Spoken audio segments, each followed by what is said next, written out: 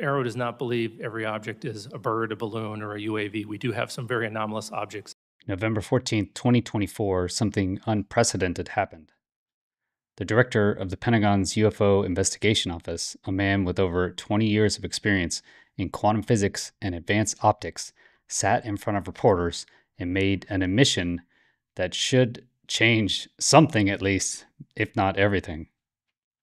Dr. Jon Kosloski, the head of AARO, the All-Domain Anomaly Resolution Office, looked directly at the press and said, quote, "There are interesting cases that I, with my physics and engineering background and time in the intelligence community, I do not understand, and I don't know anybody else who understands them either." So let that sink in. The Pentagon's top UFO investigator, a man who spent decades at the NSA working on the most classified physics projects imaginable, just admitted that there are objects flying around that defy everything he knows about science. And what he revealed next might just change your perspective.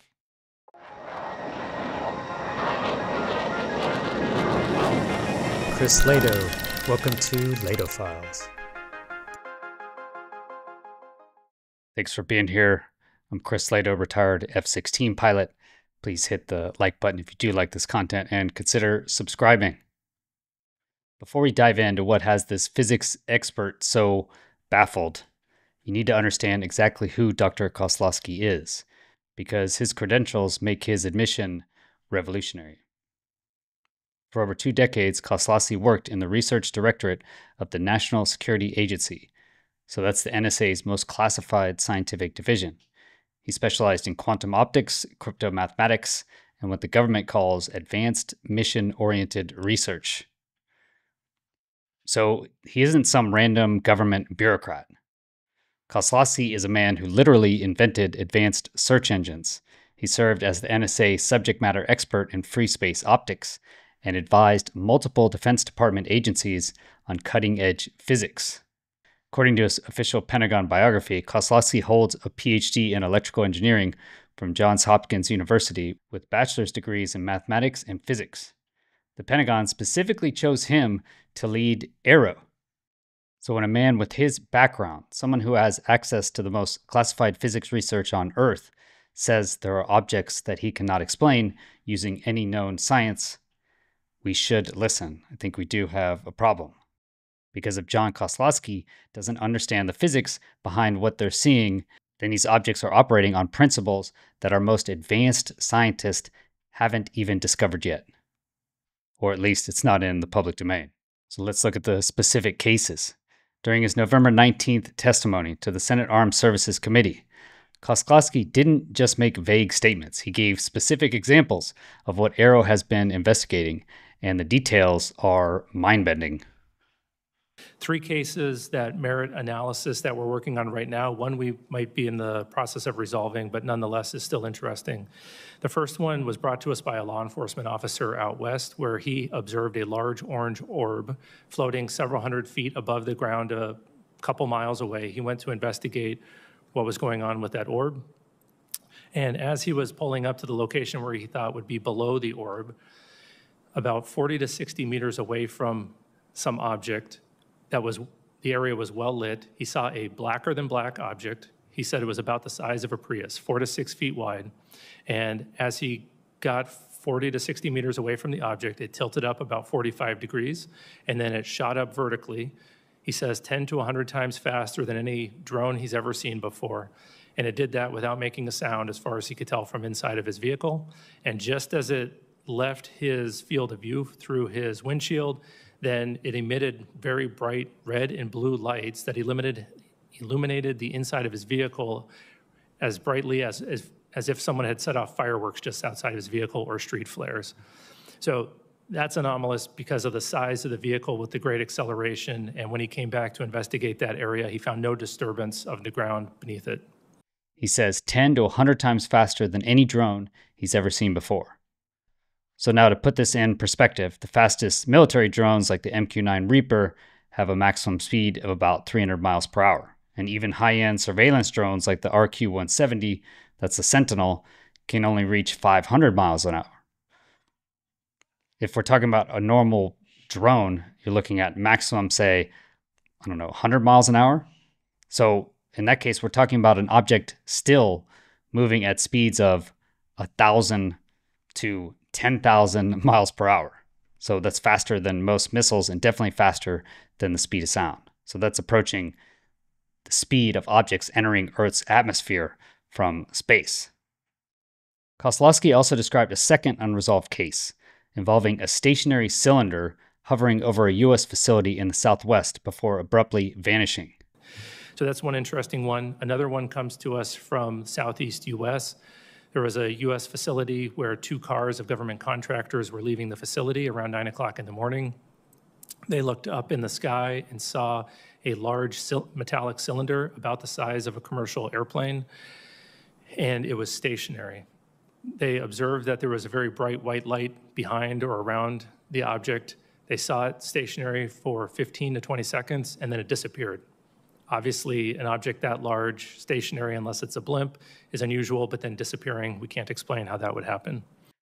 As Kosloski said, a stationary object that large, unless it's a blimp, is unusual, but its sudden disappearance is something we can't explain. And then the last case was interesting. We had a aircraft that was flying parallel to another aircraft, and it was capturing imagery of it, and a small looking object appeared to fly between the 2 of them much faster than them. Through very careful analysis, we think that the object might have actually been further away than the object that it was videotaping, but it requires very careful analysis to come to those conclusions, and we don't have the metadata to support that. So these aren't distant lights or blurry photos that we're seeing in the mainstream. These are close-range encounters with objects displaying impossible flight characteristics. They're witnessed by trained observers and documented by the Pentagon's top physicist. To understand why Kosloski's admission is so significant, you need to grasp what these objects are actually doing that violate known physics. When AARO defines something as anomalous, they're using very specific criteria. According to Kosloski's official statement to Defense Scoop, they define it as beyond state-of-the-art today and beyond where we think we could get in the next couple of years. So think about that definition. The Pentagon isn't just saying these objects are better than our current technology. They're saying these objects surpass where they project human technology will be years from now. But it gets even more significant. AARO's annual report confirms that they have no verified indications that any potential adversarial foreign governments may have achieved a breakthrough capability that could possibly explain these objects. So we're not talking about secret Chinese or Russian technology. We're talking about objects that demonstrate capabilities that no nation on Earth possesses. Here's what makes this even more credible. As of December 2024, AARO has officially reached full operation capability. The system's fully operational, meaning they now have the personnel, facilities, and technology to conduct full comprehensive investigations. They've deployed their prototype sensor system called Gremlin for pattern of life collection at classified national security sites. Kosloski, with his quantum optics background, would also understand advanced propulsion concepts that most scientists can't even imagine. For him to say he doesn't understand what they're seeing means these objects are operating on physical principles that our most classified research hasn't even approached, or at least he can't even consider it in the next several years. Here's what Dr. Kosloski's admission really means and why it represents a historic moment in government transparency. First, we're witnessing the end of decades of denial. Despite the setbacks with the UAP hearings, despite all the claims in the government that we've heard, AARO's latest annual report reveals they have received over 1,600 UAP reports, with 21 cases deemed so significant they require ongoing investigation. So these aren't just random sightings. 3 of these cases involve military pilots being trailed or shadowed by UAP.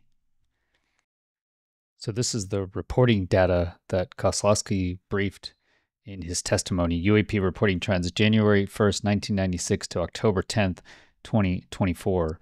So this isn't going to include all of the UAP sightings over military bases that started in November. So that's missing all this data essentially. So what's interesting is there's a increase up to 6.1% at 50,000 feet. I don't know why that would be. Not many planes except the Raptor F-22 really fly up that high. And so I wonder, maybe it's because if you're a Global Hawk, maybe it flies up there. So not sure why 6.1%. But most of the encounters is from 20 to 25,000, which Kosloski says is due to being in the prime area of our normal operations. And you have the closed cases, resolution outcomes. This is interesting. So satellites is only 1%. I thought it would be just way higher, right? But only 1%, even though he talks about Starlink and mega constellations. So the vast majority, 75%, is balloons. And really a balloon can be in any shape and difficult to identify. You have 16% is drones, other 1%, and aircraft, again, is only 1%. So aircraft and satellites are only 2%. Birds is at 6%. But then the vast majority, like I said, is balloons. So 91% is going to be balloons and drones. And then reported UAP morphology, and he mentioned this again in his testimony, 46% is lights, and then 31% is orb round sphere. So 77% is going to be lights or orb round sphere. Other than that, you have ambiguous sensor contacts, 5%, so 1 in 20 are ambiguous sensors contacts. 1 in 20 are also other, that's 5%. And then 1 in 20 are cylinders, it's 5%. He mentions cylinders and even gives a case. And then disk is 1%, triangle 3%, square polygon is 3%, and then a tic-tac shape is 2%, which is interesting.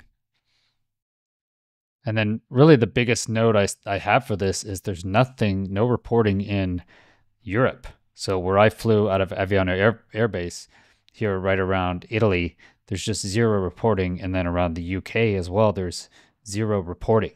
And I know we've had at least one case of a UAP in that time frame. Just to highlight that I'm not crazy, or at least according to this, there was a report from 2007 out of RAF Mildenhall. U.S. Air Force officials said last week that the reported UFO encounter by fighter jets from the 48th Fighter Wing earlier this year wasn't either exceptionally identified or extraterrestrial. The floating object seen by pilots in the skies over the United Kingdom on January 12th was part of a weather balloon, 48th Fighter Wing spokeswoman Master Sergeant Renee Kirkland said. That explanation runs somewhat contrary to the belief of UFO enthusiasts who claim a recording they have obtained of 2 U.S. pilots investigating an unknown object in the sky suggests it was something else. Chris Rolfe from the group UFO Monitors East Kent said that after hearing the recording, he had a hard time believing it was something described in the words of a ministry official as no bigger than a football. We rather doubt that, Rolfe said. We're not saying they're little green men from Mars. It could be anything. And so this from the recording, the pilot said there was something there. It looked like garbled. It didn't look like a bird. It looked like, no kidding, a rock to me, said one pilot whose voice is heard most frequently on the tape. I have no idea what it was, but basically try to stay away from 17,000 feet. I have no idea what it was. The pilot describes attaining and then losing a radar lock in the object before a second voice is heard. Dude, I can't tell. Something small. Very small black object. I had it at 17.7. It just flew right over me, the second voice says. The 3 voices on the tape later talk of trying to ascertain the speed of the object, judging it to be traveling anywhere from between 30 knots and 80 knots to flying stationary and hovering between 17,000 feet and 18,000 feet. The 2 pilots appear to arrange several coordinated passes near the object to get a better look at it. All right, I'm going to come up slightly here. I'm going to try and look at it, and then you follow in behind me if you can, the first pilot says. Then seconds later, dude, I have no idea what that is. So could that be a balloon? I think, yes. I think it could be a balloon, but it's still a reported UAP, if they're not calling it resolved. But here they have closed cases, resolved cases, 28 years of reporting. And there's no cases in Europe. That's really strange to me. So from safety reporting, that means you're just not getting any reporting if there's no incidents at all. So something's broken in Europe still. Second, this represents a fundamental shift in government approach. As Kosloski stated during his November congressional testimony, AARO does not believe that every object is a bird, a balloon, or a UAV. we do have some very anomalous objects. So he has confirmed there are anomalous objects and he can understand them. Third, and perhaps most importantly, AARO is now actively working towards transparency. At least it appears that way from Kosloski. Kosloski confirmed they're planning a declassification workshop to implement best practices across the Department of Defense and intelligence community. I know many of you are pessimistic on this, don't consider that the government will ever be transparent, but at least from Kosloski's words and actions, it seems like they may be leaning that direction. In my interview with Lou Elizondo, he also said it could be changing. So what's the bottom line? As Kosloski told reporters in his November briefing, there are interesting cases that I do not understand, and I don't know anybody else who understands. We recognize that the types of cases that I was just talking about are, from my perspective, true anomalies, and we're going to need significant scientific rigor to address those. After decades of denial, the government's top physicist has just confirmed that we are not alone in demonstrating advanced technology on this planet. The question isn't whether these objects exist anymore. The question is what happens when we finally understand what they are. And based on what Dr. Kosloski has seen, we might not be ready for that answer. AARO is set to release Volume 2 of their historical UAP report in the coming months, and they're working to launch a public UAP reporting mechanism. So we'll see if there's any difference. The first historical report was a disaster. Now we have a change of guard. Could we see a different historical report? Could the era of denial officially be over? We'll see. Thank you for watching. Please hit the like button and consider subscribing to get future notifications. If you want to support the channel, I greatly appreciate it. Then go to patreon.com/Chris Lehto or become a YouTube member like these fine people. Thank you so much for all your support. Have a great rest of your day. Peace.